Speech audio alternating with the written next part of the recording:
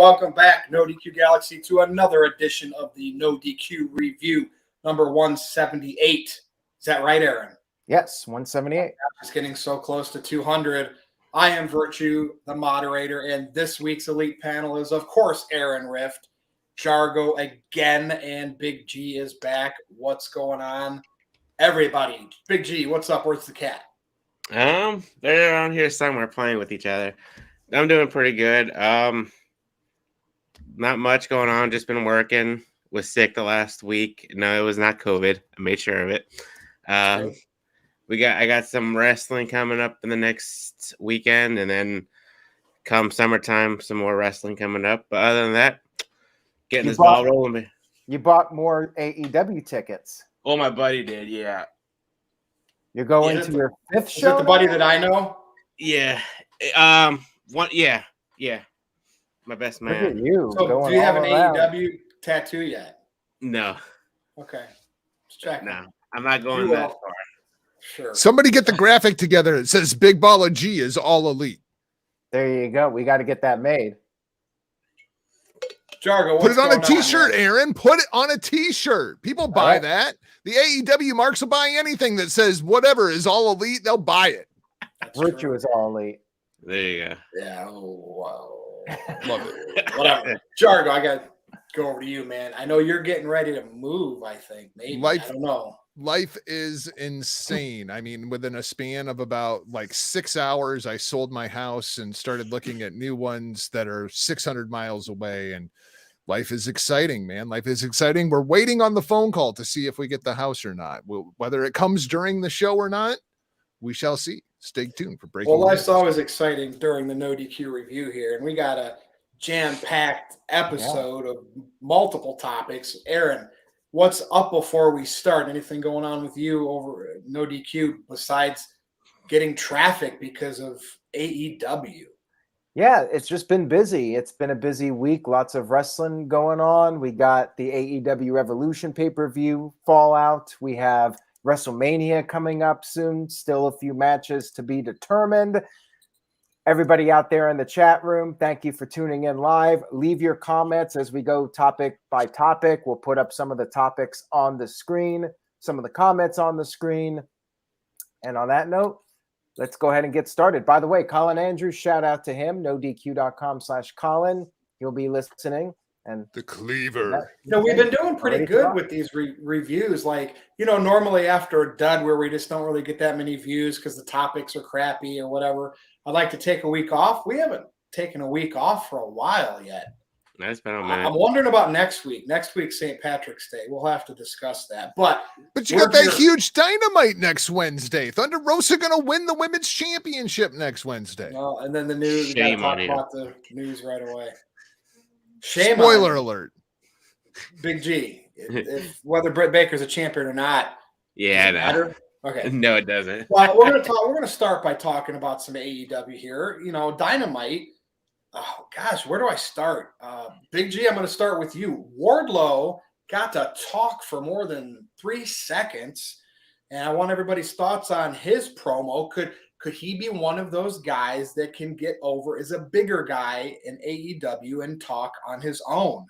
Scorpio Sky beat Sammy Guevara for I don't know if it's the hot potato TNT title, but it seems like that lately. But nonetheless, good for Scorpio Sky. And Jericho, this is what confused me.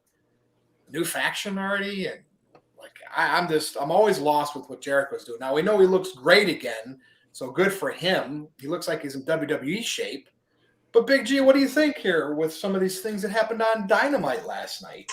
You want to talk about Britt Baker? I don't know. I didn't put her on here, but well, Wardlow's promo I thought was very well done. We know in AEW the promos aren't scripted. I'm sure they might have some bullet points or whatever to focus on, but for him talking for his very first time, I thought it was well done. I don't know. Just something about Wardlow. I think he's got that it factor. And whether he sticks with AEW down the road or he goes to WWE, he'll be a main event star. I think he's got that potential. And I think we saw a bit of it last night. Jericho, turning heel again, and the Jericho Appreciation Society. I'm thinking, like, is this a ripoff off of like Justice League here?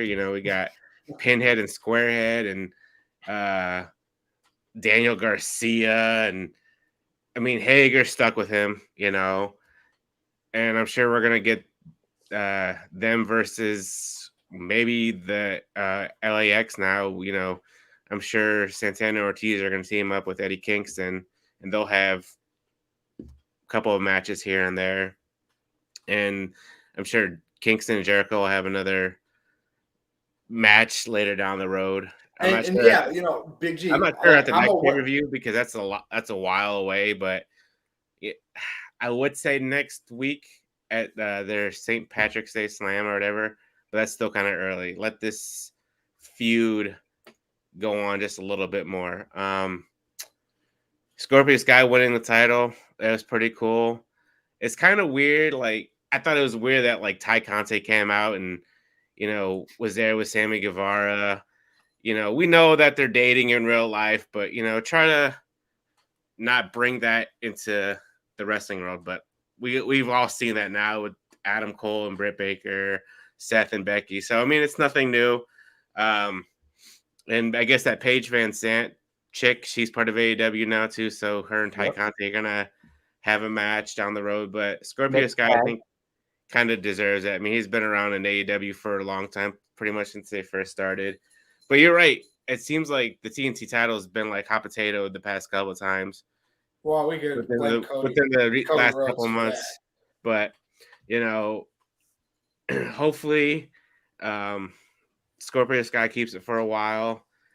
Because, I mean, Wardlow faces him next week for the title, but that would be kind of stupid for Scorpio Sky to drop the title next week against Wardlow. I'm sure MJF is going to cost Wardlow, and they'll have their feud. So good for Scorpio Sky. I mean, I thought it was a decent Dynamite last night. Now, what was your thoughts for, obviously Revolution was Sunday. Aaron does a good recap, so that's why, 5 days away, it's hard to really keep talking about it when we have so much that's happened since. But what was your thoughts on Revolution? Like, I mean, are you, because, you're a big AEW fan now, admittedly. Best pay-per-view of the year, best pay-per-view of all time. I mean, just tell me what you think. I thought it was good. I mean, the obviously Jade Cargill and Ty Conte match, I wasn't feeling it too much. Britt's match was okay, but I thought there was like too much interference. Obviously now we know that next week Thunder Rosa is facing Britt Baker in San Antonio in a steel cage match. I mean, other than that, I mean, it was a decent pay-per-view. A lot of blood. A lot of blood, yeah. We have William Regal in AEW now. We'll talk about that here. We'll talk about the debuts. But, I mean, I thought overall it was a decent show. All right. So, a big AEW fan with his hand on his cheek, it was a decent show. But I like it, though. He wasn't putting everything over because not everything is perfect, but he enjoys AEW is still, AEW is still very young. They need to build on stuff. Just like there needs to be more people like you that say that. Yeah. So good. All right. Thanks, Big G. Jargo, over to you here. All that stuff on Dynamite. You don't really have to talk about Revolution unless something piqued your interest. Well, I mean, the thing that really piques my interest about Revolution is the crowd, and the crowd getting gassed out about halfway through the main card because the show was too damn long. Yeah. I would like to point out to Big Balla G, he's not the only one with a kitty cat running around the studio. Hey, bring him back up. Woo-woo. Aaron and his cats. Aaron has a cat channel with more subscribers and views than his wrestling channel. That doesn't surprise me, man. Cats are super over on YouTube. Oswald Cobblepot, what are you doing, man? And you got a husky. Wait, hold on. Too. Did you name your kitty cat Oswald Cobblepot? Yes, so yes, we I named did. Our kitties. Our female is Harley and the male is Joker. Ain't that something? Nice. Yes. Oswald Cobblepot. Yes, it sounds pretentious as hell. There's a lot going on inside of AEW, and oftentimes I think that there's too damn much going on inside of AEW, so much so that you kind of lose what in the hell is really going on, right? Yes, Harley. Are you going to talk into the microphone, Oswald? So last night it felt like a reset button for me. as I was watching AEW. I mean, because you have the FTR thing where they're getting rid of Tully. You've got Jericho with his new faction. You've got the Hardy family office kind of breaking up a little bit. And now you got the Hardy Boys coming in. Scorpio Sky winning the TNT championship. Wardlow's being positioned as at least can play around in the main event level babyface. It felt very much like a reset button for me for AEW coming out of the pay-per-view. And I think that's good. Kind of reestablish where we're going to go as we set up to the next pay-per-view. Correct. So I enjoyed that aspect of the show. But I mean, overall, I don't feel like there was necessarily a whole lot accomplished on the show other than resetting things and kind of showing people where things were going to go, which is fine for that kind of show to reset coming out of the pay-per-view. I like it. I'm not necessarily sure what I make of the Jericho Appreciation Society. I would like to point out that I'm an OG member of the Jericho Appreciation Society, going all the way back to being a Jerichoholic on Monday Nitro. So, I mean, you go with the OG merch, and I think that you could sell an awful lot of merchandise with this Jericho Appreciation Society, as ridiculous as it sounds. So Daniel Garcia is the new Sammy Guevara, and 2.0, who I still don't know what their actual like individual names are. But so now they're going to fill in playing the parts of Santana and Ortiz. And it's like, we've just rebuilt the inner circle with a whole new set of merch. Okay, cool. I can get down with that. And Hager's still with them. Right. Yep. The one that I didn't understand last night was Hangman Page, because Hangman was such a minuscule part of that show. And you had an AEW world title defense and you didn't even advertise it.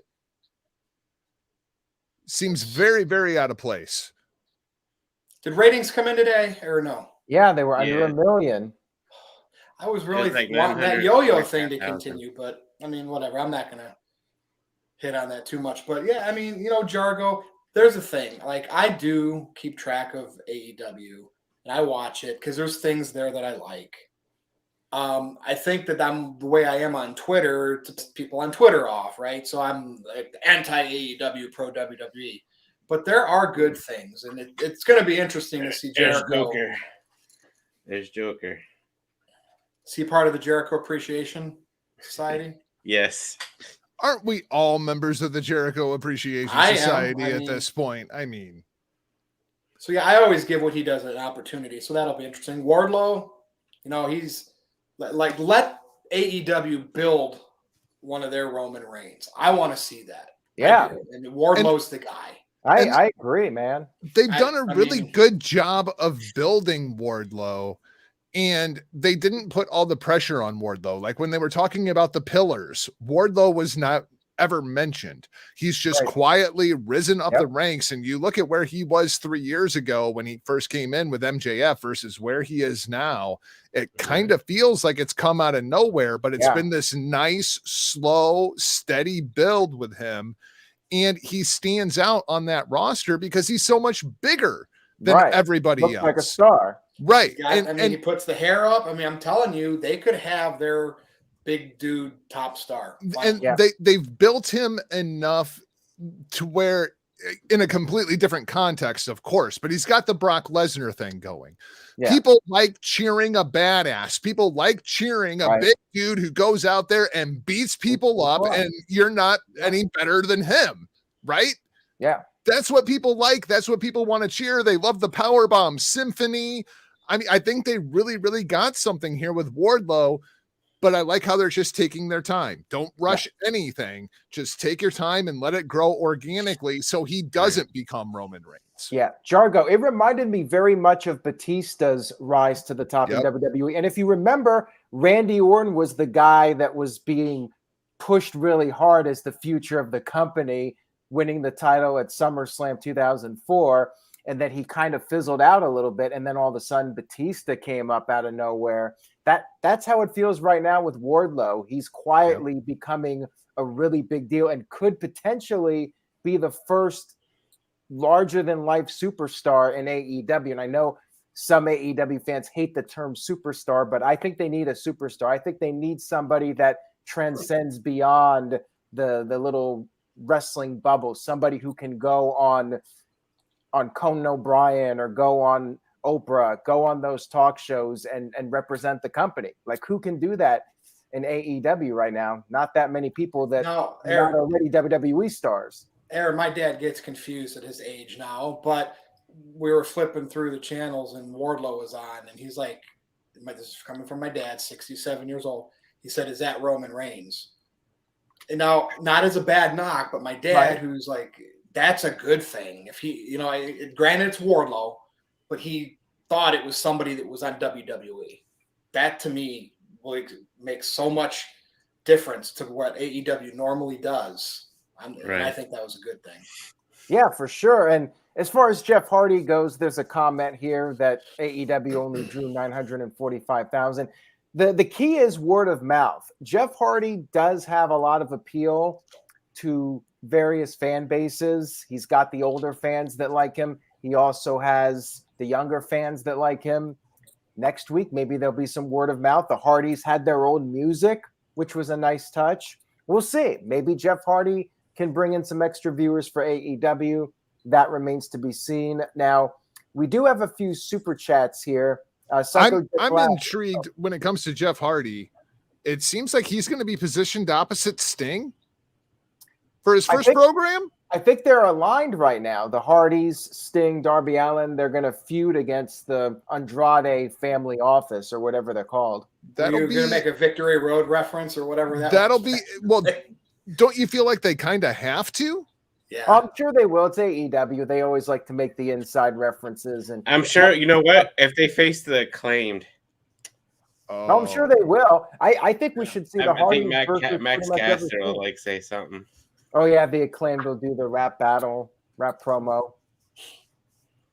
All right, let's get to these super chats. Psycho Jet Black sent in a bunch. Psycho Jet Black sent in $2. Says, "I just don't trust WWE doing right by Wardlow." Now, see, I disagree. I think you look at Wardlow, and he's a guy that Vince McMahon, Bruce Pritchard, Kevin Dunn, I think they would all see dollar signs with Wardlow. But hey, what do I know? I don't think they mess him up. I agree, Aaron, but the thing is, in AEW context, Wardlow looks like a monster. In a WWE context, he's 6'3", 267 pounds. He's just like another guy. Yeah. He's just another guy inside of a WWE context. I don't know. Like, it really stood out to me how small the AEW roster was when I saw Darby Allin, Sammy Guevara, and Andrade looked like a monster heel. Like, he looked like he was freaking Batista in there with Darby Allin and Sammy Guevara. On Sunday, yeah. Yeah, I mean, that's a good point. He does look bigger than he is because of the guys he's surrounded by. Right. And whereas in a WWE context, like, you put him in there with Randy Orton, and Randy Orton's going to tower over him. Right. I still think there's a lot of potential there with Wardlow. He is a badass, and I think that he could potentially be a top star in AEW and maybe even WWE as well. Time will tell on that. Now, Psycho Jet Black sent in a $2 super chat. He's the Madcap Moss of the NoDQ review, for those of you wondering. He said, "Join the Aaron Appreciation Society, or ASS." I think that it would be AAS. So yes, that was a botch. He screwed up and he admitted it. He sent in a $5 super chat. It says, "I misspelled a super chat. As compensation, here's $5 because I appreciate NoDQ. But seriously, who else at AEW has the it factor? MJF. MJF's another guy, great talker. Wardlow and MJF. And one thing I will say about AEW is you look at their world champions right now, it's all homegrown guys that were not part of WWE at some point. Britt Baker, you have, well, now Scorpio Sky, but before him, Sammy Guevara. You got how would MJF play on The Late Show with Stephen Colbert? Like, if he went out there and did the MJF shtick on national TV and just tore Stephen Colbert apart, how would the mainstream audience respond to that? They would try to kill MJF. Like, because I'm not sure that it would accomplish what it would have accomplished even 10 years ago, let alone 30 years ago. What about back in the day if an MJF was on Arsenio Hall? I mean, yeah, that would be absolutely amazing. Or even, Letterman, back in like the mid 80s. I think it would have been absolutely fantastic. Even Leno, like I think MJF could get away with a lot with Leno, but when I look at like the current lineup of hosts, I don't know if the mainstream audience and our feelings in touch society could handle Maxwell Jacob Friedman on a mainstream. There'd have to be the right baby face that those casual people could get behind to really hate MJF. So it almost have to be a pairing. You'd have to send MJF as that heel for the casuals to see, and that baby face that these casuals could get behind to go kick his ass. Right. That's the formula, obviously. But yep. Aaron, super chats are coming in, man. We're getting behind. All right. Kim Hall sent in $5 and says, if you haven't watched the Chris Van Vliet interview with Wardlow, you should. Has anybody here seen that interview? I have not. No, not yet. All right. Well, I know Chris Van Vliet does good interviews, so I'm guessing it's one you should check out. And he follows Wardlow, me on Twitter. Yeah, he follows NoDQ too, which is much appreciated, Wardlow. And we think you got some real potential, and we're not just kissing your butt because you're following us. Anyways, moving on here. Let's see what we got. Psycho Jet Black with another $2 super chat says, now I want to see MJF down Jimmy Fallon. Me too, just because I'm not a big fan of Jimmy Fallon. I'd love to see that, but yeah, is the world really ready for MJF on a mainstream level? Like he would not be MJF because I feel like he would be watered down. He'd have to be on a streaming service like HBO Max where he could say anything he wants. Now I really want to see MJF on John Oliver, because like that would be absolute money. There's always a platform somewhere where he could be 100%, but he meant tear down Jimmy Fallon, not down Jimmy Fallon. Yeah, we know. But either way, beat him up or tear him down verbally. It's fine. Put him through a table. All right. Jimmy Fallon might be taller than MJF. So, Aaron, did you get what you wanted off your chest on these AEW topics? Because I'm going to piggyback. Yeah, I mean, I thought, I know you would probably disagree with this, but I thought the pay-per-view was near perfect, and I thought Dynamite was near perfect. I was entertained highly by both shows, but I do agree that the pay-per-views are too long. I've been saying that forever. Yeah. Perfect, that's fine. You can say they're perfect. You have that right, too. Alex B with a $5 super chat. And not that it's perfect for drawing in casual fans, but for me personally. For a wrestling fan, yeah, I got it. I mean, I can't argue that it's perfect for that audience. It is. Right. I think they still have work to do as far as if they're going to build and reach a new audience. But anyways, Mike B with a $5 super chat says, I believe Wardlow is world champion material. He has a huge upside, it seems. And I think we all pretty much agree with that as far as Wardlow goes. Could see him and MJF feuding for the world title one day. And Virtue, by the way, like as far as AEW and them growing, I know people are saying, well, AEW is good as it is. They don't need to change. The thing is, you have to think long-term. Long-term, they need to be able to be profitable. And at some point, if they're spending all this money, signing all these people, they have to have a return on their investment. And the networks, they're going to want to see growth.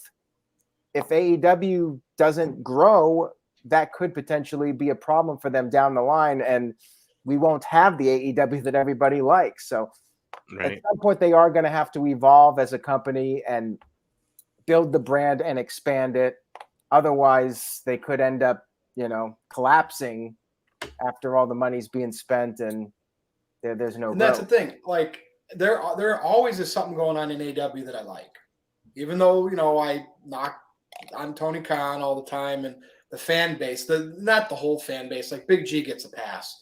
But there are some real a-holes out there, And WWE fans the same way. And I hate them equally. So that's why I'm critical, because like I want that kumbaya again. Like I used to have in high school and college, damn it. I think one thing to Alex B's super chat with Wardlow it is going to be difficult with him as a babyface. I do think that he does have world champion potential, but I think it's going to be more so as a heel because Wardlow is so much bigger than the AEW roster. It's going to be hard to get sympathy on the guy against undersized heels without, just the constant barrage of group beatdown. I think once he gets this babyface run out of the way, once he turns heel, that's when I think you really see the Rocket go. Good point. And maybe somebody like Keith Lee comes in to feud with him. Right. Piggybacking off of AEW here, just want to go around quick. So we have William Regal there now. We talked about Jeff Hardy and rumors of, could Bret Hart be some type of ambassador? I got the whole Owen Hart Foundation thing. Big G, thoughts? I mean, every week we got new people in AEW. What's your thoughts on the latest? And like any rumor of like a Bret Hart or anybody else we've heard? Well, Bret Hart, I could see, like you mentioned, with the Owen Hart tournament coming up at Double or Nothing, I could see him coming out and, giving the trophy to the winner of the match. Is it for Aaron? If I'm not mistaken, is it for the male and females they're having, or just the males? Yes, male and female tournament. Okay. So I could see him doing that. He came out with the world title back at All Out when, they first came around. And I think he'll have a lot to do with this Owen Hart tournament. Jeff Hardy being there, we all knew he was coming. They on Twitter yesterday, it was all over saying, Tony Khan was trying to get their WWE song loaded, and that came. It was just so funny, Matt Hardy everybody's getting beat down. The music hits, and Jeff Hardy comes out dancing to his music, and then runs. I was like, you got the adrenaline pumping, you got the music playing, the crowd popping for Jeff Hardy. I mean, I'm a big Hardy fan, so. Well, I'm just saying, if we're ever in a bar together and you're getting your ass kicked, I'm gonna do a little dance before I come and save you. Got to live for the moment, man. I got to make sure that I get GMSI. You know what I mean? Get that dance in, right? Before Big G, you got a Hardy tattoo, don't you? Yeah, I have a Hardy Boys tattoo. Yeah. Yep. You poor bastard. And then William Regal, that's a good touch to AEW. He's got the knowledge and wisdom, and seeing him with Daniel Bryan and John Moxley was pretty cool. Hey, Big G. Yes. Did you think his promo went on too long? Because he apologized on Twitter for his promo going over the latter time. It felt like he rambled on a little bit with his backstory with both of them and with Tony Schiavone.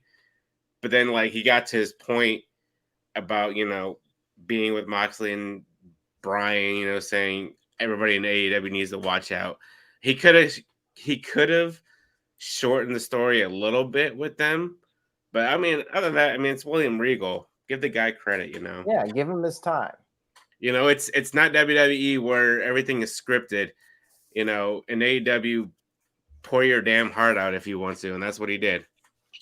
But shows you the professionalism in him that he did that. Right. You know what? I think he's still used to cutting those short promos in WWE. Yeah. In AEW, you pretty much have the freedom to say, to a limit, say what you want.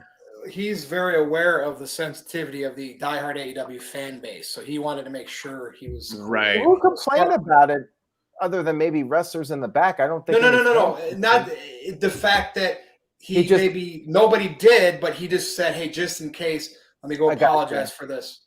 Because he's aware. He's good. He's aware. Jargo, thoughts here with these veterans. AEW still getting veterans, name recognition. Well, it seems like William Regal is going to be there more inside of that Tully Blanchard, Arn Anderson kind of mentor role. I'm fine with that. The Jeff Hardy thing, we'll have to kind of wait and see just exactly how this whole thing kind of works out. The thing with William Regal that I dislike is I don't know how I'm supposed to feel about this entire act at this point. Right? You got Danielson, who's clearly a heel. You've got Moxley, who's clearly a babyface. And you have William Regal, who is just William Regal. Like I'm not sure how I'm supposed to feel about the act at this point. And that's, I mean, like I can cheer violence for the sake of violence, but give me something to actually invest in. Like, how am I supposed to feel about these guys? Do I want to see them beat people up, or do I want to see them get their ass kicked? And I mean, that's always the best way that pro wrestling works for me. Yep. And as for Bret Hart, bring him to, have him come out, present the trophy. Yes. Oh, you were talking about somebody to be like an ambassador for the brand. One of the first names that I would bring in is Kerry Silkin. I mean, he owns Ring of Honor now, right? So, I mean, like, bring in Kerry Silkin. And he probably will. I mean, he ain't done bringing people in. Aaron, any thoughts here before we move on? I know a couple super chats came in. Well, I think Bryan Danielson is a face again, but I'm not entirely sure about that. I think he just went heel for that program with Adam Page and then to set up the Jon Moxley storyline. But I feel like he's back to being a face and they're going to be a babyface team. But you never know. I remember there was a rumor about Jon Moxley going heel. Maybe they all go heel at some point and become this ultra-violent tag team. Either way, I'm looking forward to where things go with them. And FTR, they're apparently going in a different direction. Kicking Tully Blanchard to the curb. Psycho Jet Black sent in a $2 super chat, says, which team should Tully Blanchard manage next? Good question. Maybe you could have him manage a new upstart tag team and try to give them the rub. Other than that, I'm not really sure. And as far as Bret Hart goes, if FTR are going babyface, why not? Bring in Bret Hart, let him manage them for a little bit. I'm thinking we'll see Bret Hart at some point at the end of this Owen Hart tournament. He did come out for the first AEW event, Double or Nothing, in 2019 and showed off the new championship.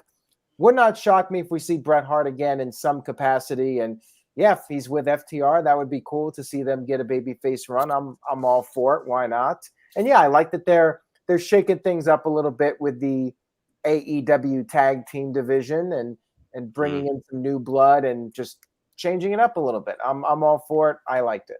As far as Tully goes, I bring in Tessa and I put Tully with Tessa. Bingo. There you go. But are they going to deal with that heat though? Well, you know what? I mean, like, here's my thing with Tessa Blanchard. Like, number one, she's clearly one of the best professional wrestlers in the world, whether it be male or female. And with all of her issues, the solution, bring her in as a heel. Like, okay, we don't like Tessa Blanchard. Cool. Boo her out of the freaking building. Get a baby face over. Yeah. Right. Yeah. I think Tony Khan's maybe not wanting that heat. Yeah. But again, there was playing into the sensitivity culture. Ugh. In that promo, they kept making it, it's about family. It's all about family. It's about family. And so to me, the Tessa thing just seems to make sense. Yep. I agree.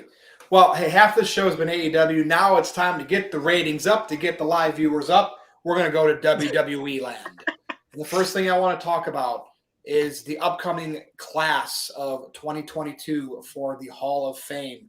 We obviously know the Undertaker. Vince McMahon is going to introduce him, induct him. I'm excited to get where I'm going with this. You'll see why. Right.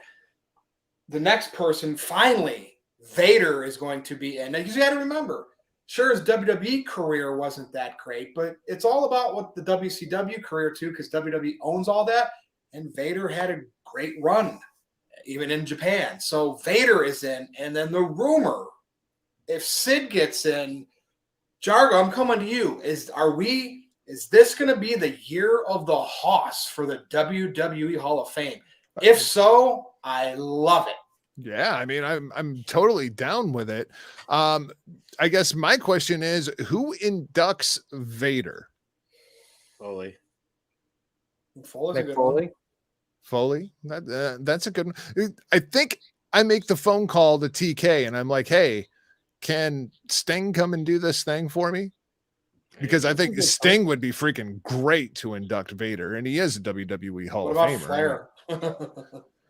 Yeah. Flair would just make it about himself. Well, that's what Flair does. Yeah. Absolutely. What about Ron Simmons? Ooh, that's a good one. Yeah. He's a possibility. I went up to Big Van Vader. I was like, damn. That's your induction speech. And you know, again, and I like seeing that. You know, Sid, that's going to be an entertaining speech. You know, even if it's only 3 minutes, will he remember what he needs to say? How do you feel about Vince if inducting he is in Taker? it. Because, like, to me, and I've been on this train for a couple of years, I felt like Undertaker deserved to go into the Hall of Fame all by himself. And just had like kind of a rotating panel of people coming out to induct Taker, because it doesn't seem fair that Vince is the one that gets to induct Taker. Like, I would love to hear from Foley. I would love to hear from Kane. I would love to hear from Austin and Dwayne and Triple H and like all these great rivals that are still here, and to give Undertaker his flowers, because damn it, he deserves them. And instead, it's Vince. Right. Now, And go ahead, Aaron. The thing is, too, is it's only 90 minutes long. Like, if it was 3 hours, then I would say, yeah, you can induct Vader and Sid, but you only got 90 minutes to begin with, and I want to hear from Sid. He might have half the brain that he did in 1999, but I still would that not be something if you reference that? Oh, that would be great. Man, does he even remember that though? So, Jargo, if Paul Bearer was still alive, would he be inducting, as William Moody, would he be inducting The Undertaker? I still think, I mean, number one, the WWE Hall of Fame only exists in the figment that is Vince McMahon's mind, right? So if Vince McMahon wants to induct The Undertaker, Vince McMahon is going to induct The Undertaker regardless of who else is alive. But I mean, there's a lot of other people, like even if Vince wanted to headline the damn thing, like I'm cool with that, but there's all these other people that I would love to hear give Undertaker his flowers. Now they put China in as part of DX, right? But not by herself. Yeah, correct. Put her in by herself this year anyway, right? Because they need a female wrestler. Yeah, like if it's the era of the Hoss, put her in. She deserves it. Big G, what do you think here? We don't need to spend much time on this. Yeah, I mean, Vader was before my time. I mean, I go on the network and I've watched some of his stuff. It's time. It's time. It's Vader time. But I mean, good for Vader, you know, and Sid, you know, good for him too. So if he goes in the Hall of Fame.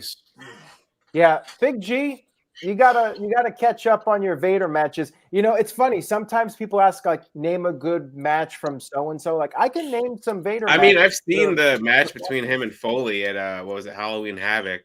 I've seen that was crazy. His matches I've seen a couple of his matches. His match with Ron Simmons when Simmons won the title. His matches with Sting. He had a great feud with Sting. The Starrcade match with Flair, 93 Starrcade. Even the Hogan matches were pretty entertaining. And then, of course, the Shawn Michaels match at SummerSlam. The Fatal 4-Way match in 97. That was another fun one. Vader got cut up pretty bad in that match.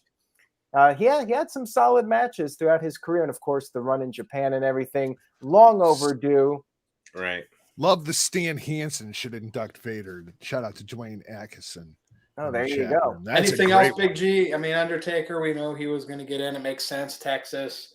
Yeah, Taker, but it should have been somebody else besides Vince. I mean, I know Vince and him have like a good relationship, but I mean, there's so much history with the Undertaker with everybody that Jargo mentioned. Mayor Glenn Jacobs. Oh, wait, right. That you know, a good idea. They should just, you know, everybody should have like 5 minutes and then give Taker the rest of the time, and everybody could have came out and gave like one story with Taker. I still think Mr. T is giving his speech. I still don't think he stopped. They just took him off the camera. And the Iron Sheik is still on his way to the ring just in time for WrestleMania 38. Jesus. They should open. I'm not sure what kind of shape the Iron Sheik is in. Obviously on Twitter, that's somebody running the account. But yeah, if the Iron Sheik is able to do anything, they should open WrestleMania 38 with the Iron Sheik arriving. Like, they could just have him pull up in a car or something. Have the Iron Sheik arrive at WrestleMania. You got to finish that joke that Bobby Heenan started during the Gimmick Battle Royal for WrestleMania 17. You got to sell tickets for WrestleMania, right? Let's just advertise the Iron Sheik versus Veer. There you go. Who's coming first? Iron Sheik could bring Veer to WrestleMania. Who shows up to WrestleMania first, the Iron Sheik or Veer? I like it. Aaron, you want to add anything to this? I'll just say this. As far as Vader goes, like I said, long overdue. It sucks he wasn't inducted when he wanted to be inducted when he was alive. That's a bummer, but at least he's going in, I guess, better late than never.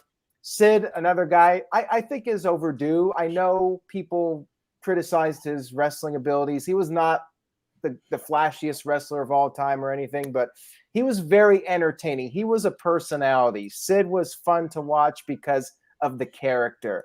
I think of the feud with Hulk Hogan when they had that press conference and he just completely snapped. That was great.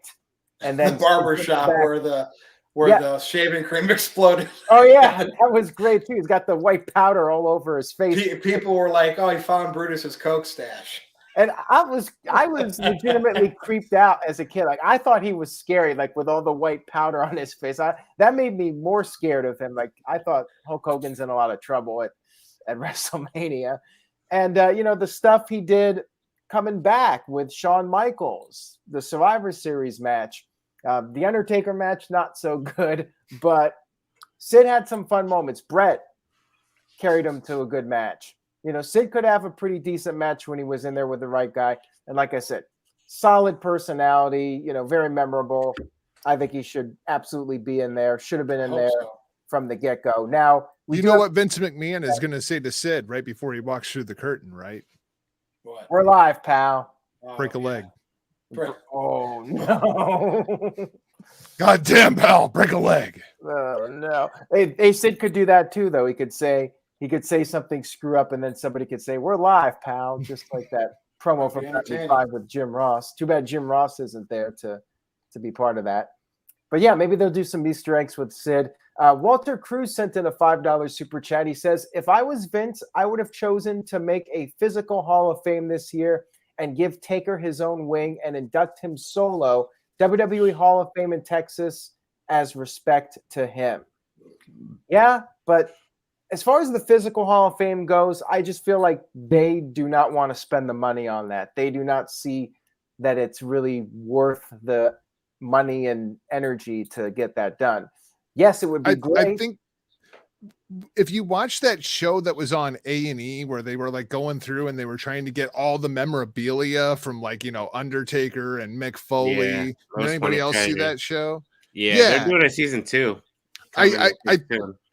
But it's very much Hunter and Stephanie that were behind that entire kind of operation.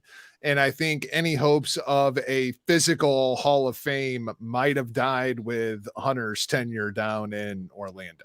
I mean, unless Disney buys them one day and they want a new attraction at Hollywood Studios, maybe. Yeah. Something like not huge, but, But I think that was a Paul Levesque project much more than it ever was a Vince McMahon project. Yeah. Solid point there, Jargo. You might be right on the money with that. And Psycho Jet Black sent in a $2 super chat, says, why hasn't WWE opened a museum and physical Hall of Fame yet? And I think you nailed it, Jargo. Probably a Triple H loss of his power. It's really interesting watching that show because at the very beginning of it, Stephanie explains, we have to find all this stuff. Like nobody ever thought to hang on to any of this stuff because nobody ever thought that any of this stuff was going to be worth anything. Yeah. So they are working on trying to find it. They are doing a season 2 of that show. I think coming in the summertime or something like that. WWE made some deal with A&E again for more programming. Yeah. Yeah, but I really think that was kind of the idea was we have to get all this stuff so that we can open a physical Hall of Fame. Right. We have to have stuff to put into the Hall of Fame. Yeah. But it very much felt to me like that was a Paul Levesque and Stephanie McMahon project, not a Vince McMahon project. Yeah, maybe they'll do it just to get Scott Steiner to agree to go into the Hall of Fame because Steiner said he's not doing it as long as there's no physical Hall of Fame. And we got to have the Steiners in. Like, hey, Virtue, your topic here was the year of the big hosses. What about the Steiners being the tag team going in this year? With all the heat, whatever happened with Scott Steiner and WWE, would they screw well, they do have Rick's son there they're pushing. So yeah, Braun Breaker. Do it. As the Steiners. The Steiners absolutely should be in there. I mean, They don't want to put in should have been Scott a by long himself. Do the tag team. Yeah, absolutely 100% the Steiners should be in.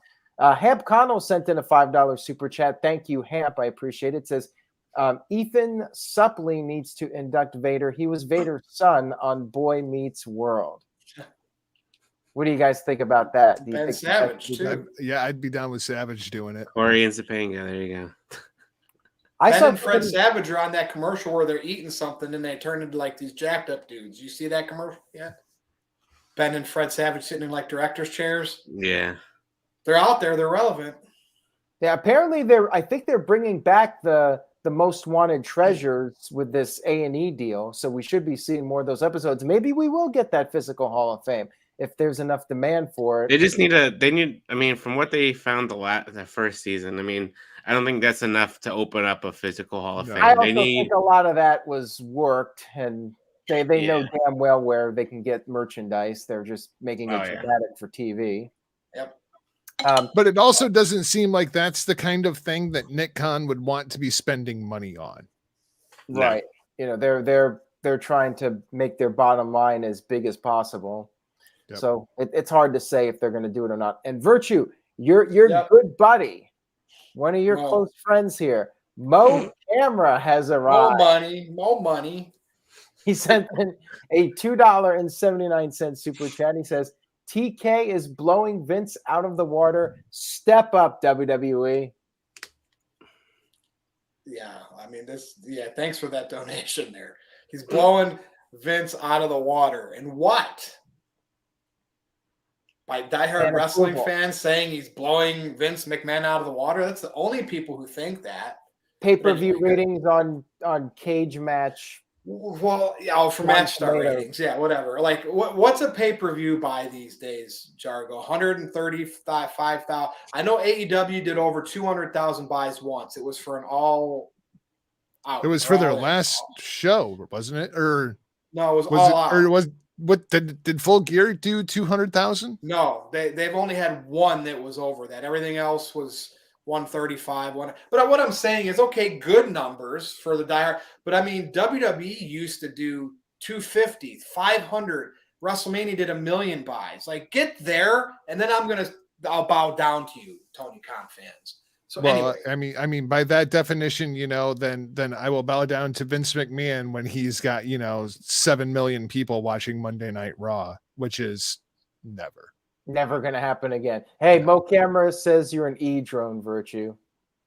And you are an AEW warlock or witch, whichever one you prefer, or cultist. See, and I guess my thing is, I tend to agree that, like, I find AEW to be a much better show to watch than any of the WWE shows. I agree with that statement, but there's still all kinds of problems with AEW too. Yeah. I mean, it's just, the bar is so low because WWE creative is so bad that even AEW by comparison seems like it's so much better. But when you really look at the storytelling and whatnot that they're doing, that's debatable. Like I said, all you got to do is do a screenshot of an AEW crowd and zoom in on your computer and just look at the people. Compare that with 20 years ago what a crowd looked like, and I rest my case. So, Aaron, we're going to move on here. And this, or you could zoom in on all the empty fan seats at Raw, where they have to tarp off like half the building and move everybody over to the TV side. Dynamite does the same thing. Nobody on the hard cam side.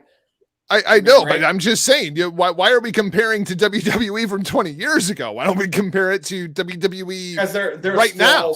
They're still selling 100,000 tickets in a weekend for WrestleMania.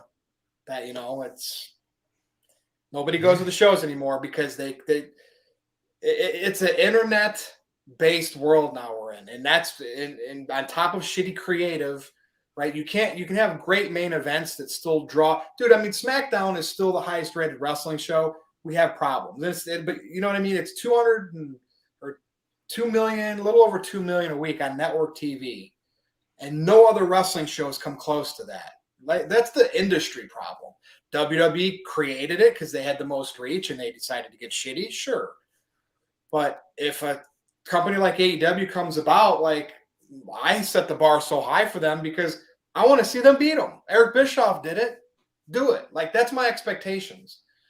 Then maybe I'll be even more interested. So, Aaron, any other super chats? No, I think we're caught up. Because I want to talk about new tag team champions again. They had RK-Bro win the tag titles back. Now, we have been talking about this. Are they going to break up, have a match at WrestleMania? Apparently, they haven't done that, and they're going to have a tag match most likely at WrestleMania. So, Big G, I still think this is on the horizon. I think the end game for RK-Bro is Orton versus Riddle. Oh, yeah. Do we have it at WrestleMania the night after? Like, I feel like they put the belts back on them so they can do the breakup. When is this breakup going to happen? Or are they going to keep them together and they'll never break up? And it's another all-time classic tag team like the New Day. Honestly, I don't, with the way WWE is with their tag teams, I don't think they need to break up RK-Bro right now. Because then you lose another tag team. I mean, obviously Vince doesn't care about the tag team division, and he hasn't in quite a while. But I mean, RK-Bro is entertaining. The people like Randy Orton and Riddle together. You know, Orton, said he's having the best time of his life, and he's been there 20-some years, and this is the most funny tag match on Monday night. I mean, I did. It was a very good tag match too. It was the best wrestling match of the week. Yeah. Of the week. I said it, people. The whole AEW pay-per-view, and that match to me was more entertaining. Yeah. I mean, I enjoyed it thoroughly. You know, all teams were great. Alpha Academy was great. And so were Rollins and KO. But RK-Bro, they sell the merch and they have one hell of a time together. And obviously they're probably going to defend the titles at WrestleMania. And if they do break up, it'll probably be after Mania. They'll lose the titles on TV, and then they'll start their feud, probably starting at WrestleMania Backlash 2.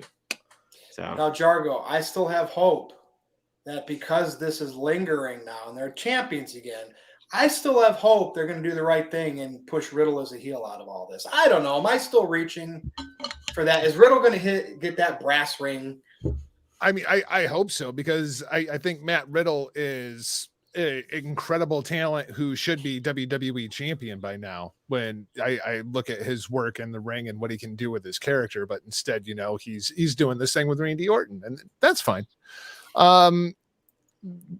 My understanding was the plan for RK-Bro was to break up a long time ago, and there's just no reason to break them up. They're doing great together. People love Matt Riddle and Randy Orton together, and my understanding is Vince feels like there's still money to be made with RK-Bro because people are still into RK-Bro.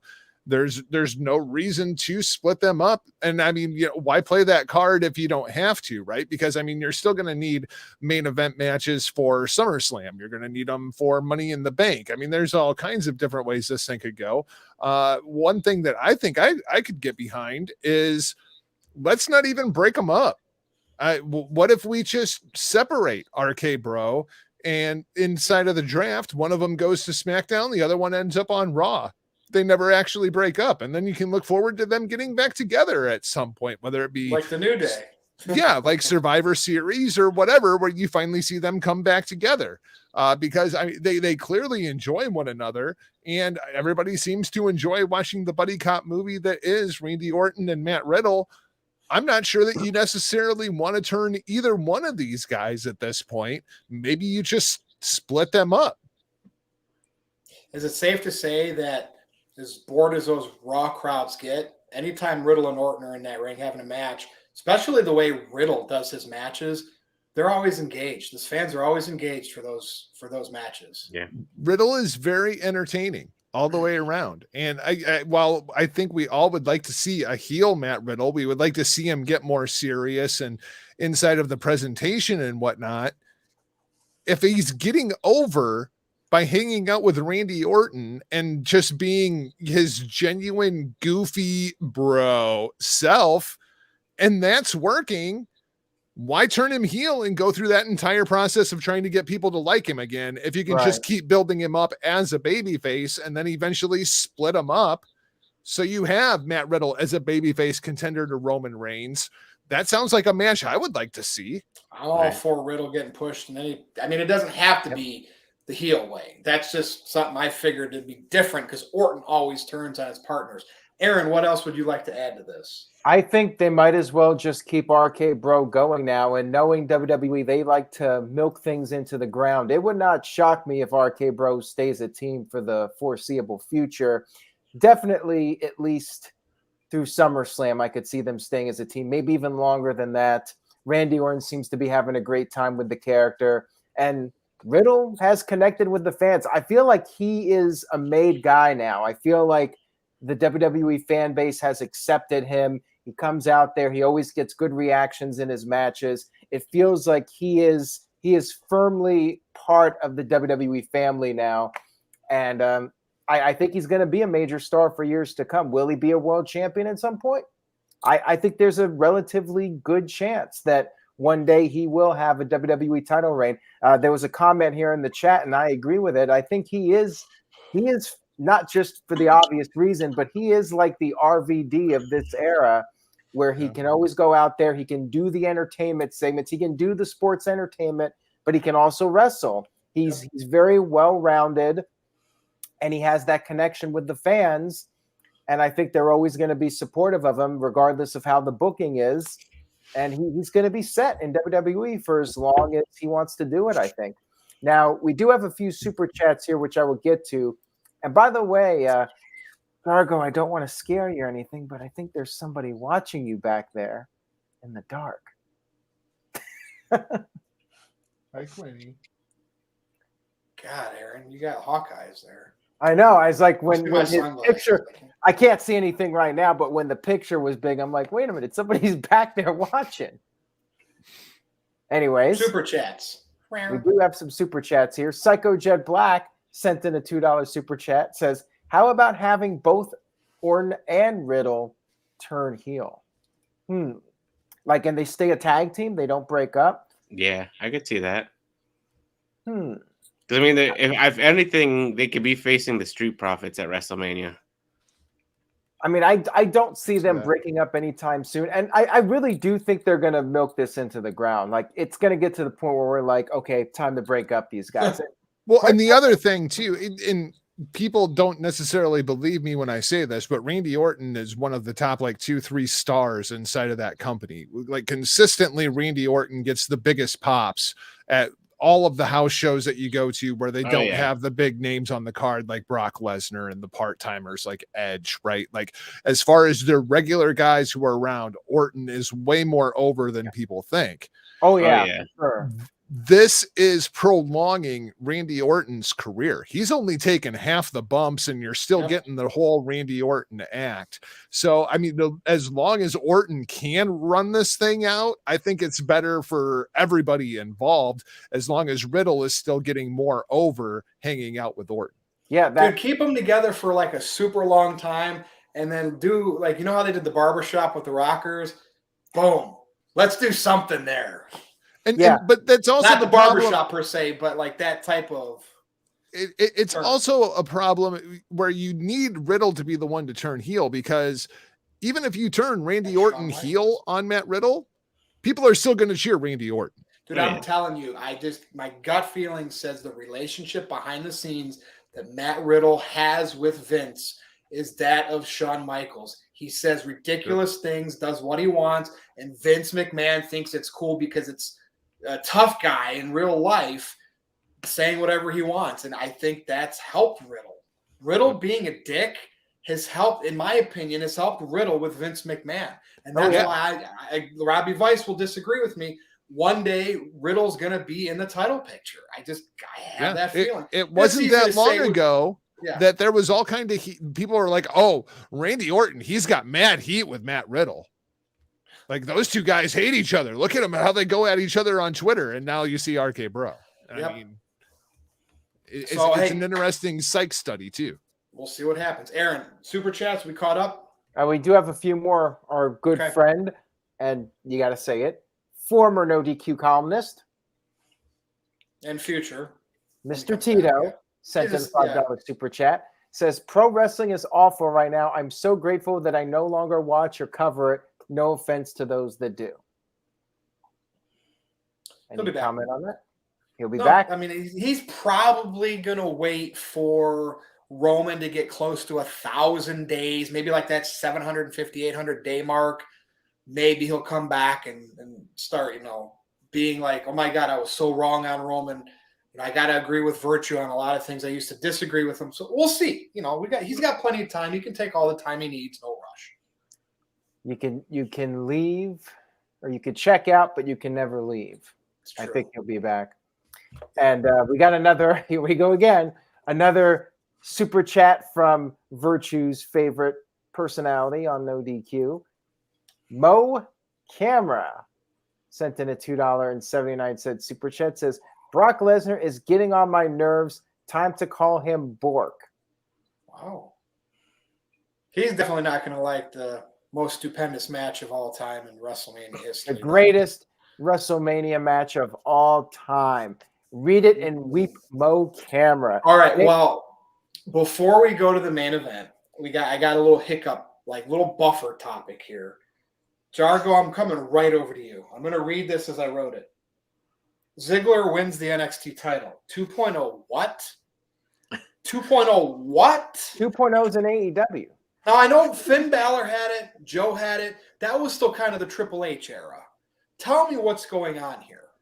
I think it kind of beats the hell out of everybody as far as what's going on here. I mean, I've seen everything from reports that Braun Breaker is moving officially to the main roster, and that's why they wanted to make the title change. That they want to do Seth Rollins and Dolph Ziggler because Seth Rollins was the first NXT champion and him kind of trying to come back and restore the brand because the whole Cody thing is out. There's all kinds of speculation as to what's going on here.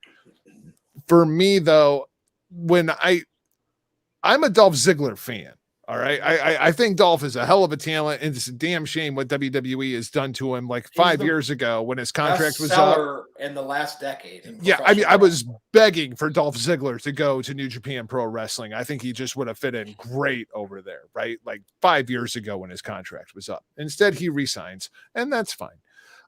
But the way that Dolph Ziggler has been booked inside of the WWE, literally everybody on the main roster has beaten Dolph Ziggler. I'm pretty sure even Veer has beaten Dolph Ziggler, and Veer hasn't even shown up yet, right? Like, I mean, that's just the way Dolph Ziggler's career has went over the course of the last few years.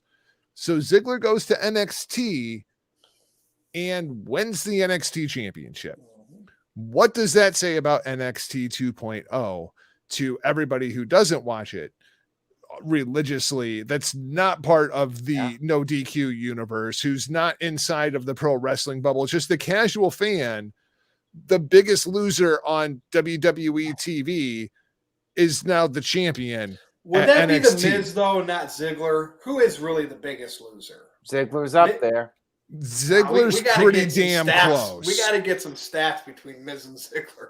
I mean, it's pretty damn close. It's a damn shame. When you look at Dolph Ziggler's win-loss record, it's like 51% win and like 49% loss. He is like the epitome of what 50-50 booking does to a great professional wrestler. And I mean, I'm really happy for Dolph because I think he's a hell of a talent. I'm happy to see him as the NXT champion. But I feel like this really hurts the NXT 2.0 brand, or whatever the hell it is that you want to call it.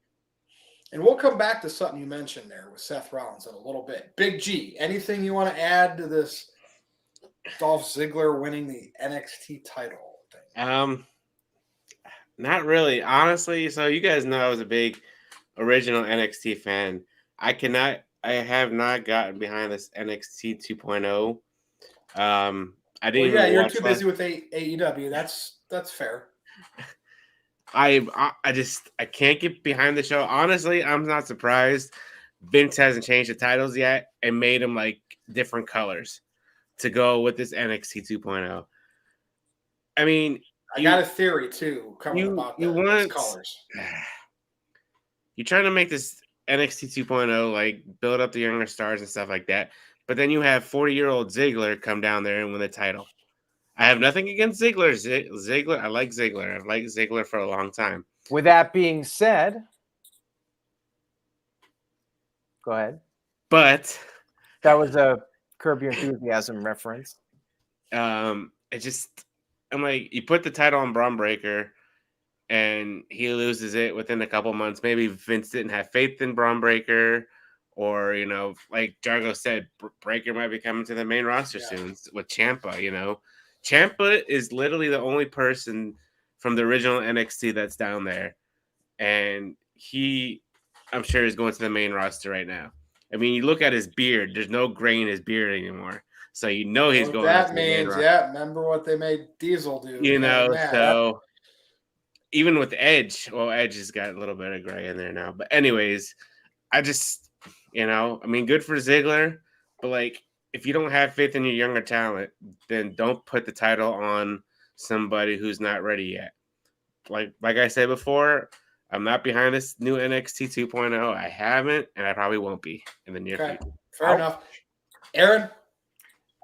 As far as Ziggler goes, I think it was done for shock value, just to get people talking. And I think that Braun Breaker will probably win the title back. Now, some people think he's being fast-tracked to the main roster, and that could be true too. But I feel like this was done so Braun Breaker can beat him in a rematch and look dominant, have a big win in front of a large crowd at WrestleMania, win his title back.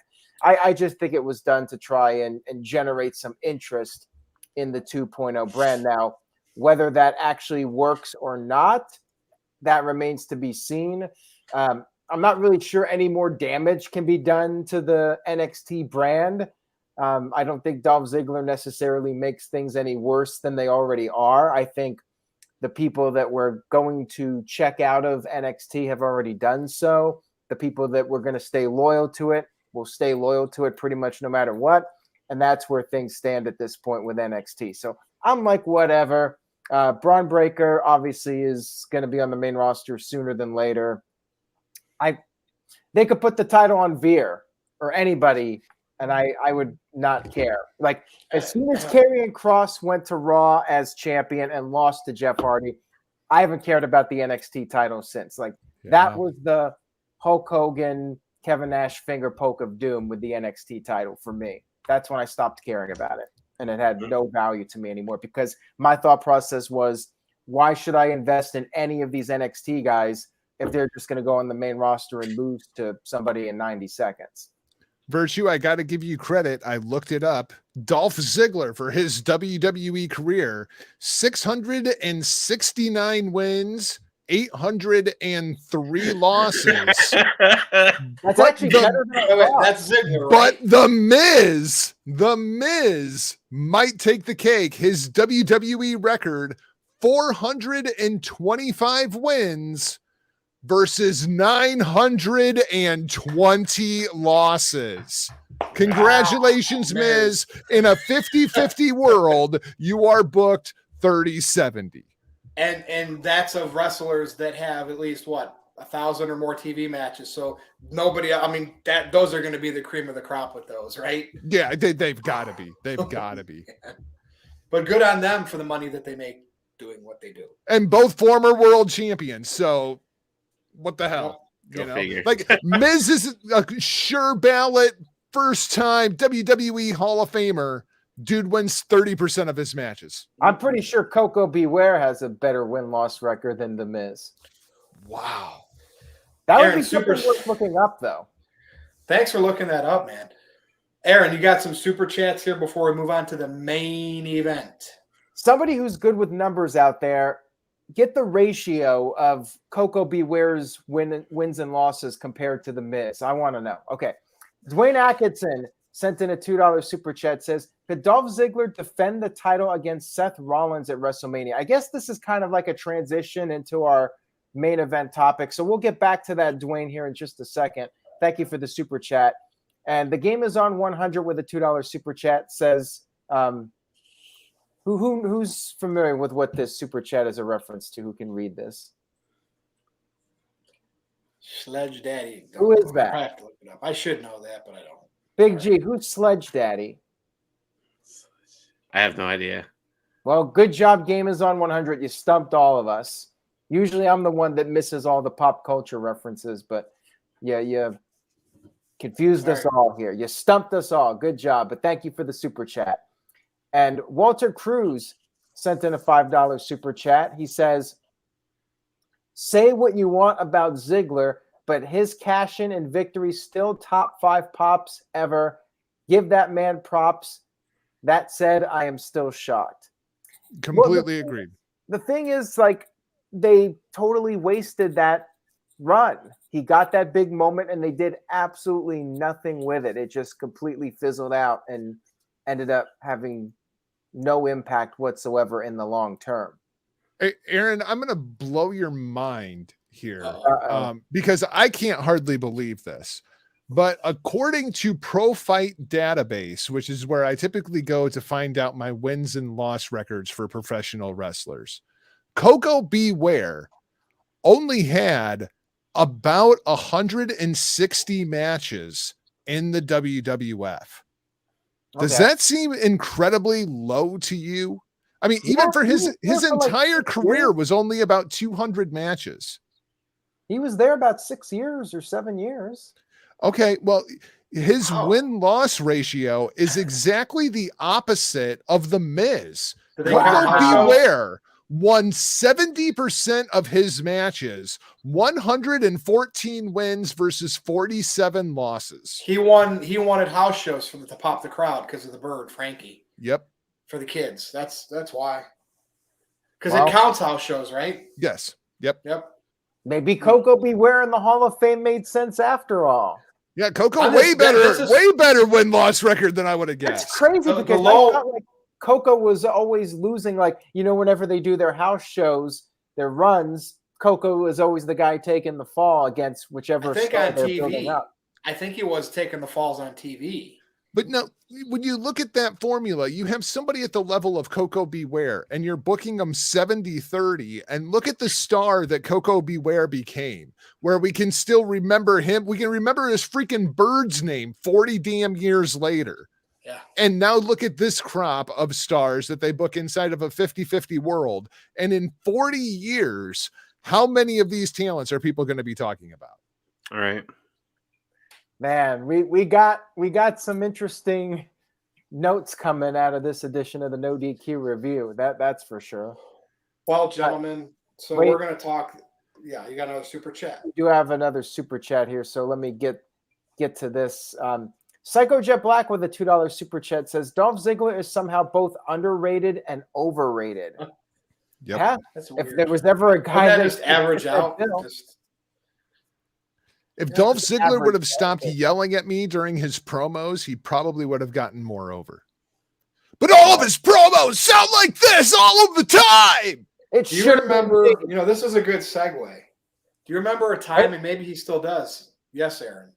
Hab Kano sent in a $2 super chat, says Coco was 1-1-3-45 in his WWE career, 71% to 29%. So there you go. The numbers there. The numbers I trusted what Jargo said. That's what Jargo said. Yeah, the numbers don't lie, and they spell disaster for The Miz because The Miz is maybe the biggest loser in WWE. And is The Miz a Grand Slam champion too? He is. 2-time. Yeah. All right. Now we go back to Dwayne Atkinson's super chat. Yeah. So could Dolph Ziggler defend the title with Seth Rollins at WrestleMania? He could. But I do not think they're putting Seth Rollins in an NXT match. Rollins is valuable real estate. Dolph Ziggler. No, that's our main event. Seth Rollins is a major main event or WrestleMania player. Like, even if he's not in the main event, he beat Brock Lesnar technically twice at a WrestleMania. He had that great match with Orton, at least with the great finish. Seth Rollins right now does not have an opponent for WrestleMania. Gentlemen, where are we going to go here? We are looking at the possibilities. We hear these rumors of Cody Rhodes. Raw is in Jacksonville on Monday night. But is Cody coming to WWE? If so, when? If Cody's out of the picture and they were going to have a Shane McMahon Seth Rollins match, which got scrapped for everything that happened at Royal Rumble, who are they going to put against Seth Rollins? he's at least a in an opener of one of the two nights or that solid mid-card match. Dargo, we talked about some possibilities in the NoDQ chat. Did you formulate any opinions here on who Seth Rollins might get at WrestleMania? Because like he's one of those guys you expect him to have like a good little match, good little feud, something. Yeah, it seems like just through kind of the creative processes and plans that have been put into place that Seth might be kind of the odd man out this year. And it really all comes down to this whole Cody thing. And I think the whole Cody not signing with WWE thing, I think is a work. I think it was becoming the worst. Signed with them. Yes, I think it was becoming the worst kept secret in the history of professional wrestling, and they're trying to throw people off of the trail. Mm-hmm. I cannot believe that 4 weeks until WrestleMania that we're not going to have Seth Rollins in a WrestleMania match. As far as looking at the potential candidates, the Cody match makes sense. I think the Ciampa match would be very, very good, although I'm not sure that it necessarily checks the boxes for logic to me. I'm not sure how they would get to that. I do like the idea of a Dolph Ziggler versus Seth Rollins match for the NXT Championship, simply because they want to have at least one match on each show that is going to be for that indie mark crowd. Right. For the AEW fans, they're going to want to put on one match that's going to steal the night that all of the indie marks are going to be talking about for match of the year. And Rollins versus Ziggler absolutely has that potential. Although I'm not sure that you could really get people to invest emotionally into the program, especially the way that Seth Rollins has been portrayed and Dolph Ziggler has been portrayed over the course of the last, 6 months. But I think the Cody match is the logical match. I think that's the match that they're going towards. Jacksonville Monday night, baby. We'll get some answers. I guess, how do you think that crowd reacts to Cody? Because isn't that the same audience that's been booing Cody Rhodes out of the building for... But they could, I get it. So maybe they'll be like, all right, go out as a baby. If for whatever reason it doesn't work, you think Seth is at a point with everything? He's been a heel since the Monday Night Messiah for the last few years. But everything that happened with him with the Roman Reigns finish, Seth could easily become a babyface like that. So they could use that as an audible. He's really close right now. But I think if the plan is, and they go full force in Jacksonville, that Cody Rhodes is the babyface and Seth Rollins is the bad guy that everybody hates, I think they might get a very rude awakening in Jacksonville. Double turn. I mean, use that as a failsafe. And there has to be someone that would tell them. Shawn Michaels should know this and should tell them that. Absolutely. If it was any company other than WWE, I would completely agree with you. But this is Vince McMahon and the WWE, and you go into business like that for yourself without clearing it past the boss first, you might not be on WrestleMania one way or the other. Big G, what do you think here for Seth Rollins? Another possibility I threw out there in the chat, if they really don't have, if Cody isn't a thing for WrestleMania, put him in the Finn Balor, Damian Priest feud, triple threat. I mean, why not? Rollins won the Intercontinental Championship in a triple threat at a WrestleMania. That's what Rollins does. Whatever you need him to do, he's going to do it and do it well. Right. I mean, we're 4 weeks away from WrestleMania. That could be a hell of a match too. Think about that triple threat for the U.S. title. I know it doesn't mean anything, but it would be good. I mean, Cody is the possibility. If he does come up to Jacksonville, if not, the triple threat match would be good too. Braun Breaker, Dolph Ziggler. I mean, whatever you have Seth Rollins going into WrestleMania, he will always show up and, pretty much outwork everybody and do his best to make sure he has the best match of the night. So, I mean, we're 4 weeks away, we'll see what happens like I said, with Jacksonville on Monday. If not, like you said, put him in the triple threat match, make it a triple threat match, or make something out of nothing and just have him start a quick feud with somebody. I don't know. So, well, that's what I don't want. And I want something with at least some, even if he had an NXT title match, because, hey, we're going to have the NXT championship match, triple threat rematch. What are they doing that, Aaron? The NXT show Saturday at noon?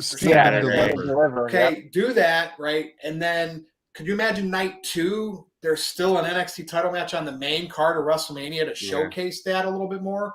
I mean, like, I know it's not everybody's cup of tea, and I know that the ratings aren't. I mean, it did 613,000, which is high for NXT 2.0 this past week. Why not showcase it and have Rollins involved just because he was the first NXT champion? Right. If all other plans fell through. That's what I'm suggesting, Aaron. Aaron, could you imagine Seth Rollins wins the NXT title, goes to that colorful arena on Tuesday night, and you know how his new gimmick with whatever he wears, that's a perfect environment for him, short term, just to try to give a little boost to NXT 2.0. I don't know. I mean, let's get crazy, Aaron. Let's bring Triple H back and have him and Rollins try to get NXT back from Vince McMahon. Ooh. Oh, wait. Too creative for him, but you know what I mean. It's fun to fantasy book, and I want to see Seth Rollins have something meaningful at WrestleMania. What do you think? Well, anything's possible. You could see him do something with NXT. We do have a super chat here from Psycho Jet Black. He says, seriously, how about Seth Rollins versus Braun Breaker? I would not rule that out. But the thing is, I feel like a lot of options for Seth Rollins are beneath him. Maybe Braun Breaker would be something that's worthy of WrestleMania as far as building up the future of the company goes. But what about Ciampa? One-on-one. I don't know. Maybe, but I feel like Ciampa needs a little bit more time on the main roster before you can put him in that high profile of a match. I think it's got to be Cody. How about this? Let's go off of the presumption that we're not going to have Cody for WrestleMania. That's kind of what I was thinking. I mean, granted, we'll see if we have Cody soon, but if not, how about we do nothing with Seth Rollins at WrestleMania? I was actually just going to say that, like, maybe just keep him off the show. I know that. And what if that really, really bothers Seth Rollins? And especially when Seth Rollins sees his best friend, Kevin Owens, is out there with the biggest star in the history of professional wrestling, Stone Cold Steve Austin, making his grand return to WrestleMania, first time in 19 years. And what if Seth Rollins wanted to wreck that party and, got a little carried away with Stone Cold Steve Austin and curb stomped him to absolute freaking hell and got booed out of the building to the point where Kevin Owens is like, bro, you need to stop. And so you go off with maniacal Joker Seth Rollins and, oh my God, what did I do? I'm slowly turning into a babyface Kevin Owens, and you're off and running to SummerSlam. So you still have Rollins performing in some way at WrestleMania, like appearance. Okay. But I make his entire angle that he doesn't have anything for WrestleMania rather than trying, because I'm with Aaron. Like there's a lot of these possibilities just feel below Seth Rollins to me. If Seth Rollins isn't going to be like in a WWE championship match, what else can we do with Seth Rollins? We could have him curb stomp Stone Cold Steve Austin and his bad neck in Dallas, Texas, straight to freaking hell, get a whole bunch of heat on him and be off and running with your lead heel for the next year. Yeah. We got to get some. And then you can do Seth Rollins versus Stone Cold Steve Austin in Saudi Arabia, and everybody gets a big payday and everybody's happy.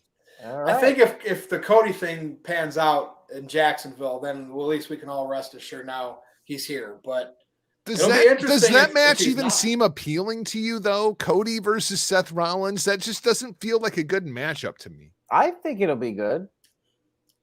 Yeah, I do. I think it will. I got to believe. I'll see it when I believe it.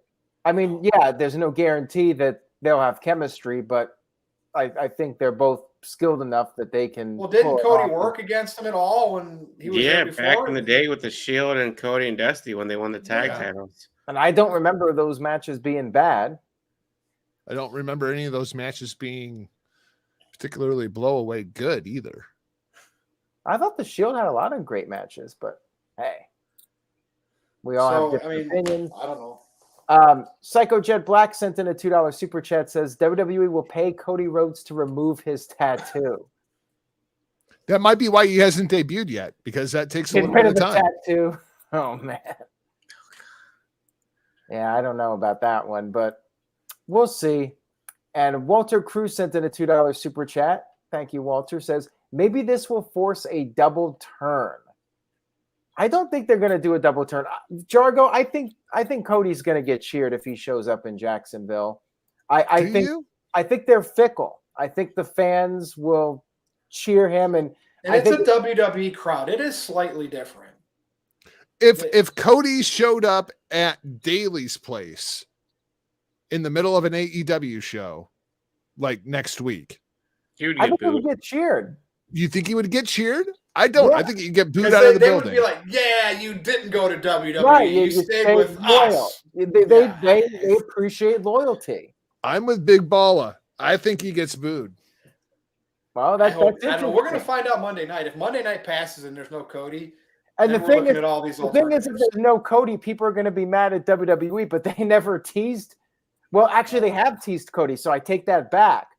They did drop those little lines, like talking about being undeniable and dashing. So WWE did throw out a little bit of teases. There was no response. Everybody. Yeah, and the crowd did not pop at all. Yeah, I mean, it's a different audience. I love Psycho Jet Black's super chat. Aaron, put it up. All right, let me put that one up here. Okay, Psycho Jet Black sent in a $2 super chat, says Cody Rhodes versus Dolph Ziggler for the NXT title. I love that, and I still think the best way to bring Cody Rhodes back into the WWE would be as William Regal's replacement as the on-air general manager in NXT. Ooh. That's almost like Adam Cole becoming a manager for somebody on Monday Night Raw. No, because I think it's a little different, because then you have an EVP from the rival company coming over to the brand that he thought that he had destroyed, only to resurrect it to kill the big evil empire that he created.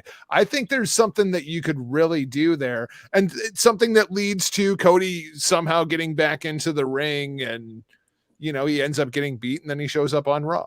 I think you're being a little too creative with this. I don't think they're gonna. You're right. It's WWE. You're giving WWE too much benefit of the doubt for thinking outside the box, doing something deep, and something like the WCW Alliance invasion or something like that, where you feel like things are really happening within the company and there's some major tension and drama. Like, they haven't done anything like that in a long time.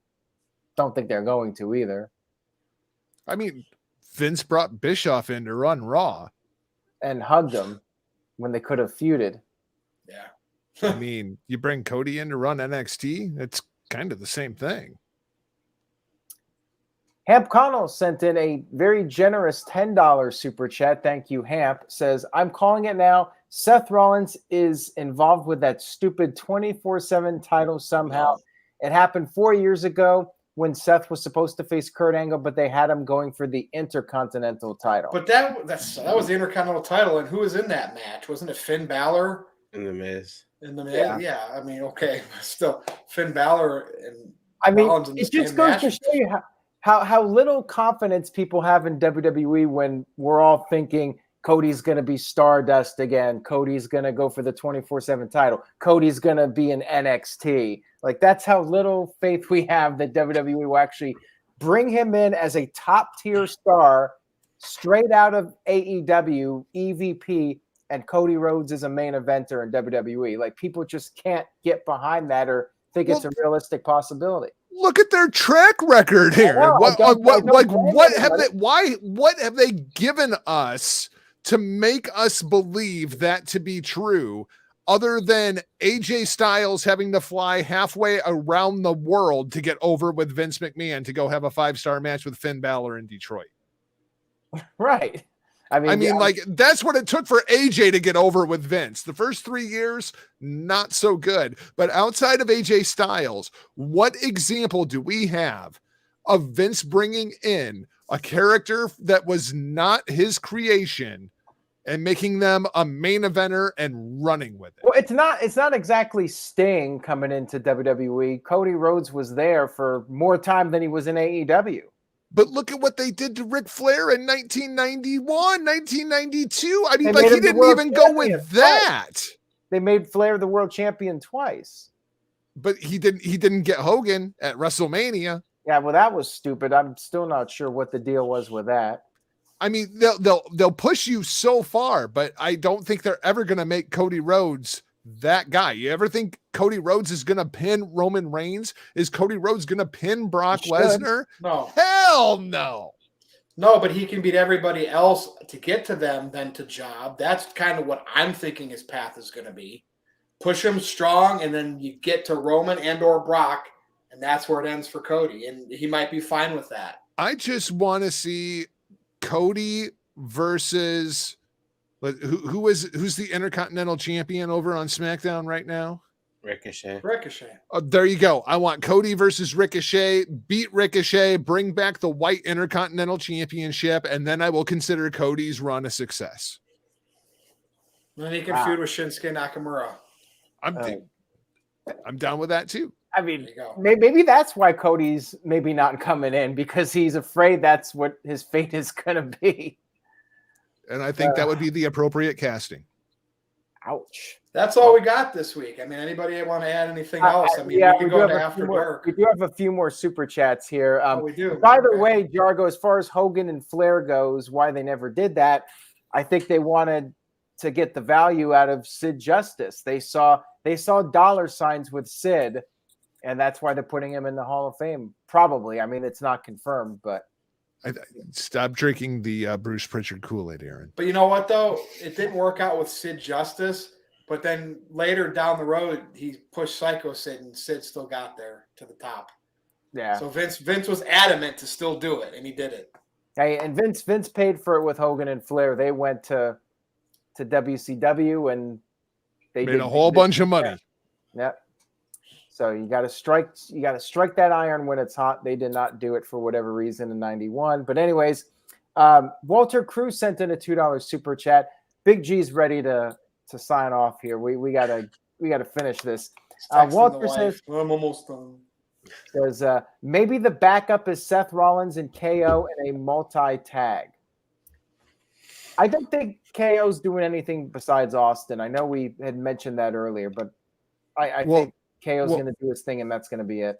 Do you really think that they're not going to bring Undertaker out at some point during WrestleMania? He could come out and choke slam Seth Rollins during the KO and Stone Cold thing. I think you just nailed it. I think Undertaker, Seth Rollins comes out, complains about not having a match. Bam, Undertaker comes out, tombstone Seth Rollins. Boom. I think you nailed it. If there's no Cody Rhodes, that's my prediction for Seth Rollins at WrestleMania. Is he going to be wearing something like Seth Rollins like? It's flashy. I'm sure he's got to have something for WrestleMania, right? Yeah, because that'll make it even more memorable if he's got something purple or whatever, green. It'll probably be blue with white stars on it. Yeah. It's got to be something Texas-like, right? Unless he wants to draw heat, who's the Cowboys' biggest rival, or do they even have one? Oh, yeah.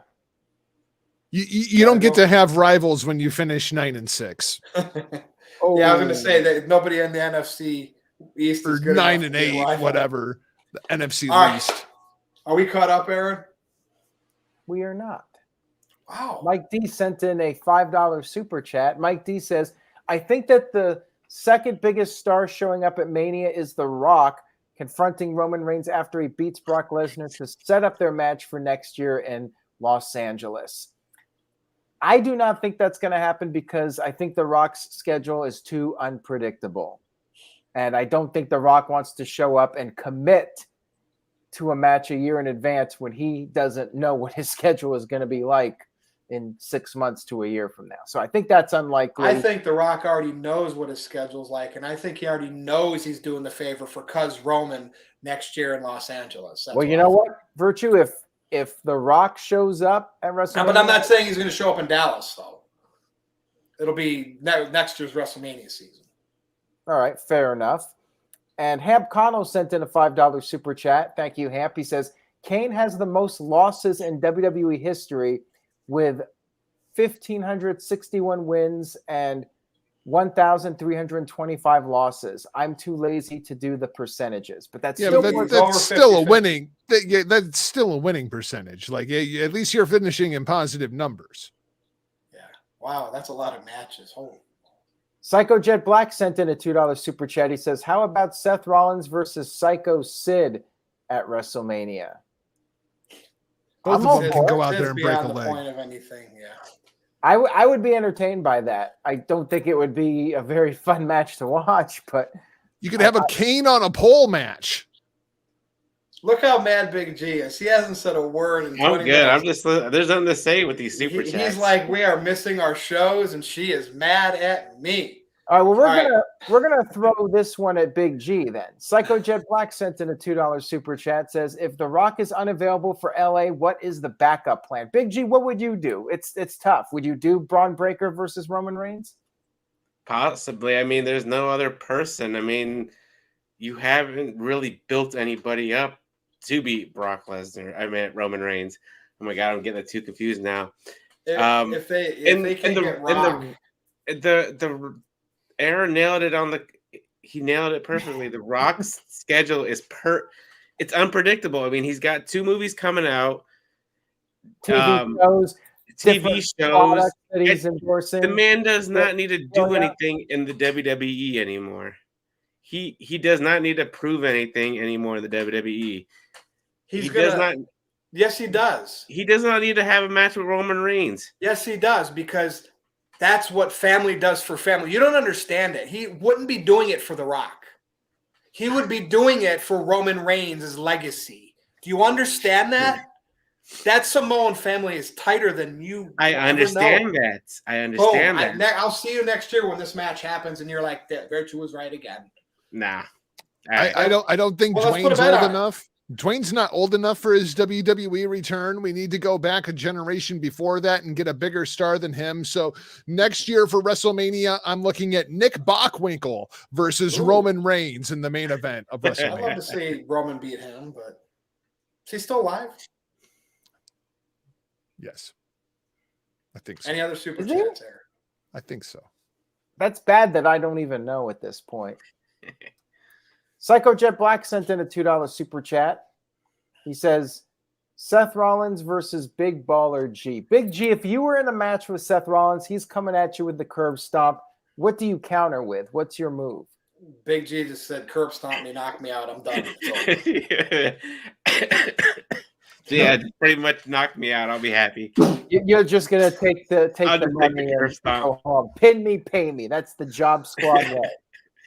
Nick Bockwinkel died in 2015, so we're all terrible people, but I still think that he might be in the main event of WrestleMania next year. I mean, WWE does have that whole like zombie movie thing going on. Maybe we get a sequel and we end up with zombie Nick Bockwinkel versus Roman Reigns. This reminds me of like when the Ultimate Warrior died on the internet, like in the 90s, and people were not sure if he was alive or dead, and they even made a joke about it on television.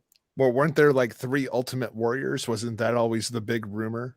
Yeah, apparently. And I remember like they said that all these guys were dying that were not dead. They said Corporal Kirshner died, but he didn't die. And then he actually did die recently. Ouch. Rest in peace. But yeah, You got to be caught up now, Aaron. Come on. we are caught up. We're just bullshitting.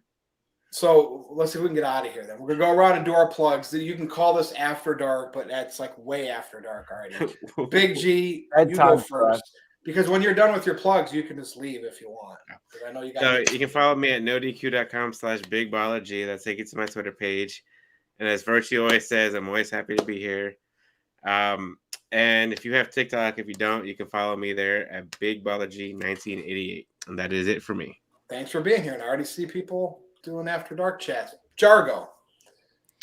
Social media at NotJargo, michaeljargo.com.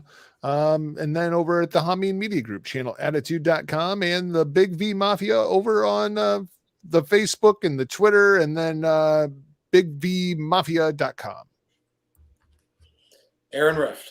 Jargo, you got to get a TikTok. You got your Husky. The Husky videos get a lot of views on TikTok. That would be easy hits. You got a cat. You can go easily on TikTok with your cat. I don't do the TikTok. I don't do the TikTok either, but Big G's got like 7,000 followers. All I'd be doing is dancing like Jeff Hardy.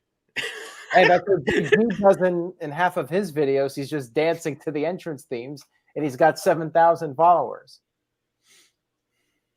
Big G does? Easy hits.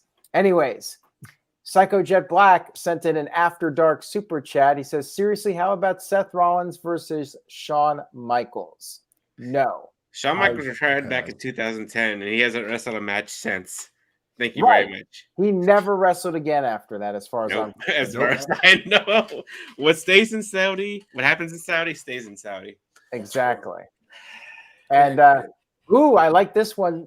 Sun Goshiku, NoDQ contributor, sometimes panel member, sent in a $3.16 super chat. You see what you did there. Says, favorite Stone Cold Steve Austin rescue, Stephanie, Rock, Team WWF. The Stephanie one was when Undertaker was trying to sacrifice her, right? Right, yeah. Yeah, that was a good one. Which Rock one is he talking about, though? I don't remember him ever saving The Rock. That I'm not sure off the top of my head. The Alliance one was really good, except I hate the fact that he went back to being a heel right at the Evasion pay-per-view. So I'll go with the Stephanie rescue. And then gave him the big hug, and he wasn't really sure how to react. I like that one. Big G? Sunset Rock from Backlash 2000. Oh, yeah, that's a good one. That's a good one. I did like the one with Stephanie. I mean, that one, that's the one that like stands out the most that I remember. Virtue. Anytime you're crucifying people on national television, that's going to get my vote. Well, didn't he save Foley to win the title? Yeah, well, I guess that's a rescue, yeah. That'll put butts in seats. It sure did. It's Stone Cold. The day the music died. All right, and Psycho Jet Black sent another $2 super chat. Says Seth Rollins versus Scott Steiner in a promo battle. God. Well, if Scott Steiner has a live mic, I mean, Seth Rollins is already screwed. The numbers will not be in Seth Rollins' favor. Let's just put it that way. You got a 0% chance at beating Scott Steiner in a promo battle. 0. All right, guys. We are caught up, and stay tuned to NoDQ.com. And thank you all for tuning in tonight. We had a lot of fun with you guys tonight. Great chat as always, and we'll keep it going as we get close to WrestleMania. We got a lot of stuff coming up, and it's going to be a fun time heading into WrestleMania as we continue to speculate and talk about all the news and rumors. Be sure to check out NoDQ.com/merch and get shirt like Aaron is wearing, the I Am Sorry Virtue shirt. That's how you can get an apology from me if I've ever offended you or called you a mark. It does say NoDQ and Virtue on the back. Be sure to follow me on Twitter at NoDQ_Virtue. But that is it for the NoDQ review number 178 right here on NoDQ.com. For Aaron Rift, for Jargo, and for Big G, I am Virtue. Thanks for watching or listening, or both. We'll see you again next week. Later. You're good.